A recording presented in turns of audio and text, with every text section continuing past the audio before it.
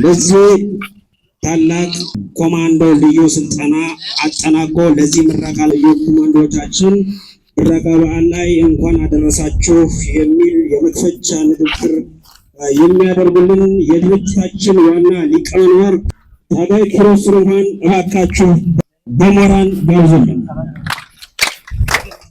ወረዳዎች የመጣችሁ አመራርና አባላት፣ የተከበራችሁ የሰራዊት አመራርና አባላት፣ ክቡራን ከሁሉም ወረዳ የመጣችሁ የአዴን አመራር፣ የተከበራችሁ የአብርገሌ ወረዳ ጊዜያዊ አስተዳደር ተወካዮች፣ ክቡራን ለሶስት ወር ሁሉን አይነት ፈተና አልፋችሁ በክብር ለመመረቅ ለበቃችሁ ለሁለተኛ ዙር ኮማንዶ ተመራቂዎች፣ ክቡራትና ክቡራን ከሁሉ በማስቀደም ለአዴን ሰራዊት ሁለተኛ ዙር የኮማንዶ ምረቃ ለመታደም እዚህ ስለተገኛችሁ ያለኝን ክብር በእኔና በሰራዊቱ ስም ልባዊ ምስጋናን እያቀረብኩኝ ለተመራቂዎች እንኳን አደረሳችሁ አደረሰን ለማለት እወዳለሁ።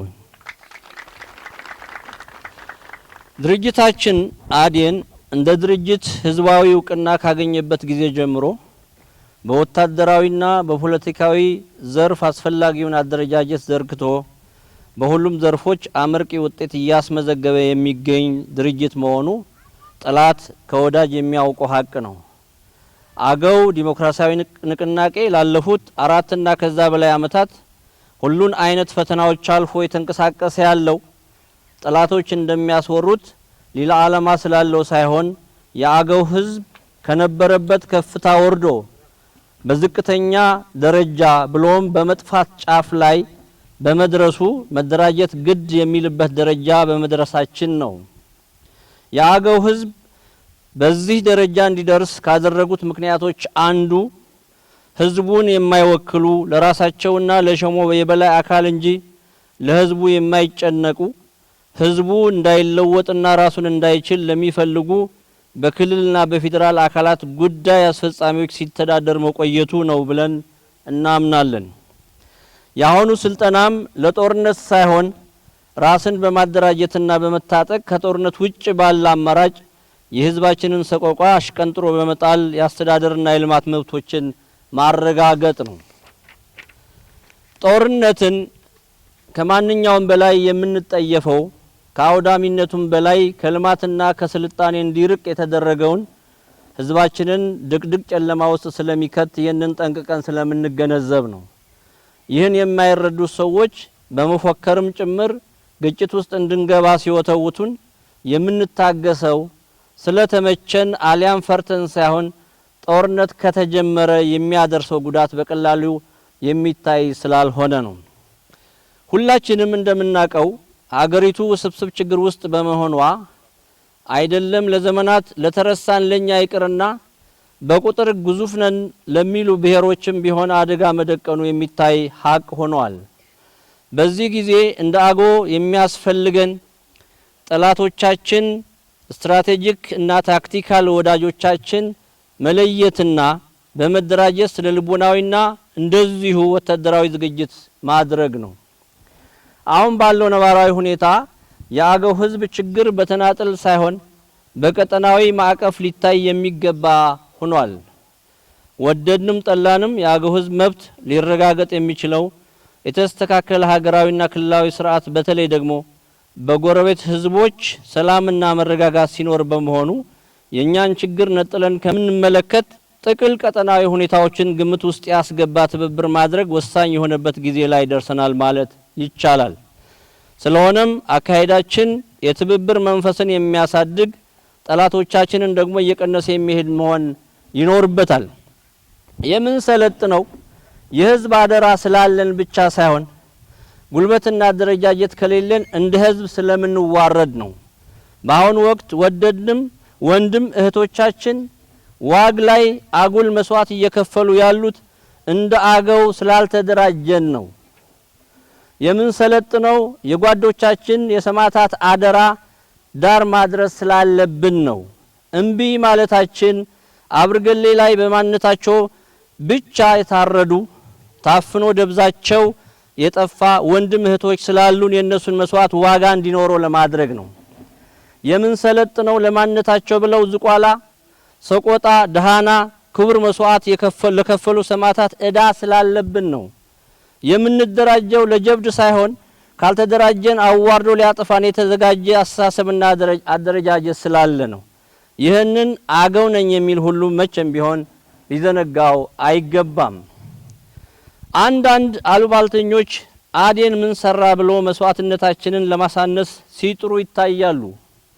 በአዴን የምንኮራበት ዋነኛ ምክንያት በአገዎች ታሪክ አይደለም ለመተግበር ለማሰብ የማይቻል የነበረውን የራስን ጉዳይ በራስ የመወሰን ጉዳይ አጀንዳ ማድረግ መቻል ብቻ ሳይሆን በጠመንጃም ጭምር መታገል እንደሚቻል በተግባር ያሳየ ብቸኛ ድርጅት በመሆኑ ነው።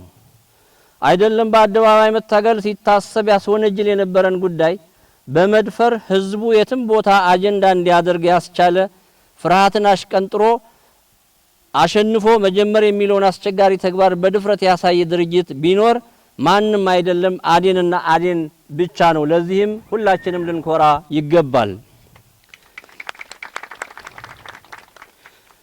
ስለዚህ ጠላቶቻችን ይህንን መቼም ቢሆን መዘንጋት የለባቸውም። የአገው ህዝብ በተለይ ደግሞ የሰራዊታችን አሁንም መገንዘብ ያለበት እያደረግን ያለነው ትግል ውጤት የሚኖረው እያንዳንዱ ሰው የሚታገለው ለራሱ ሲል እንደሆነ ሲገነዘብ በደሌን አሽቀንጥሬ የምጥለው እኔ ራሴ እንጂ ሌላ ሰው አይደለም ብሎ ሲያምንና ያለ መስዋዕትነት መብት አይረጋገጥም ብሎ አምኖ ወደ ተግባር ሲገባ ነው። ካልሆነ ግን ከባርነት እንደማንወጣ ልናውቅ ይገባል። ከነበርንበት ልልና ወርደን አሁን ባለንበት ደረጃ እንድንደርስ የባለንጣዎቻችን ሴራ የማይነቅ ቢሆንም ትልቁን ድርሻ የሚይዘው ግን ውስጣዊ ችግራችን ነው። ውስጣዊ ድክመታችን በዋናነት የጠላቶቻችንን ሴራ በወቅቱ ተረድተን በአንድነት ቁመን መከላከል አለመቻላችን ነው። አንድነት ፍላጎትን፣ እምነትና ጥንካሬን የመጨመር ብቻ ሳይሆን የማብዛት ኃይል ስላለው ለማንነታችን በጽናትና በአንድነት መቆም ግድ ሊለን ይገባል። በመጨረሻ እንደ አገው በተለይ ደግሞ እንደ አዴን ሰራዊት በተለይ ደግሞ ለክቡራን ተመራቂዎች ሁሌም ቢሆን መዘንጋት የማይገባው እንደ ህዝብ ኑረን ልንከበርና ልንለማ የምንችለው ተደራጅተን ጉልበት ስንፈጥር ብቻ ነው። እንደ ዋግ ሌላ ቢቀር ዋና ከተማ እንኳን አስፋልት እንዳታገኝ የተፈረደው በሌላ ሳይሆን ያልተደራጀ ህዝብ ምንም አያመጣም ተብሎ ስለታመነ ነው። በመሆኑም ያለን አማራጭ አንድ ብቻ ነው። እሱም ለማንነታችን በመደራጀት ለነጻነት ክቡር መስዋዕትነት ለመክፈል መዘጋጀት ነው። ከዚህ ውጪ ያለ መስመር የውርደትና የጥፋት መስመር መሆኑን ማወቅ መገንዘብ ያስፈልጋል። ትግሉን ጀምረናል። ሊፈጥን ሊዘገይ ይችላል። ፈጽሞ ግን ሊገታ እንደማይችል እናንተ ምስክር ናችሁና አሁንም ልትኮሩ ልትደሰቱ ይገባል እላለሁኝ።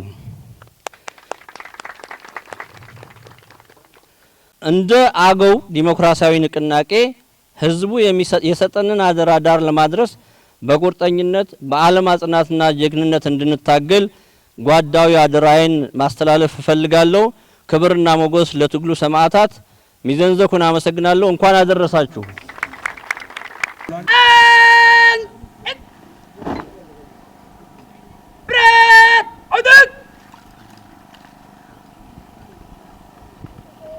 ባጋው ሰንደቅ ዓላማ በክብር ለማለፍ